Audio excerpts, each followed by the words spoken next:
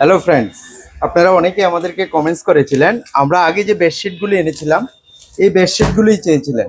আর আজকে এই বেডশিটগুলি প্রচুর স্টক এসছে আমাদের কাছে। এই যে দেখেন, এগুলি এগুলি আমরা 300 টাকা, 350 টাকা, তারপরে কি 400 টাকা এরকম রেটের। আর এই যে রয়্যাল বেডশিট, এই বেডশিটটা প্রচুর আপনাদের চাহিদা ছিল। এটার কিছু কালার এসছে, আমি আপনাদেরকে দেখাবো এখন।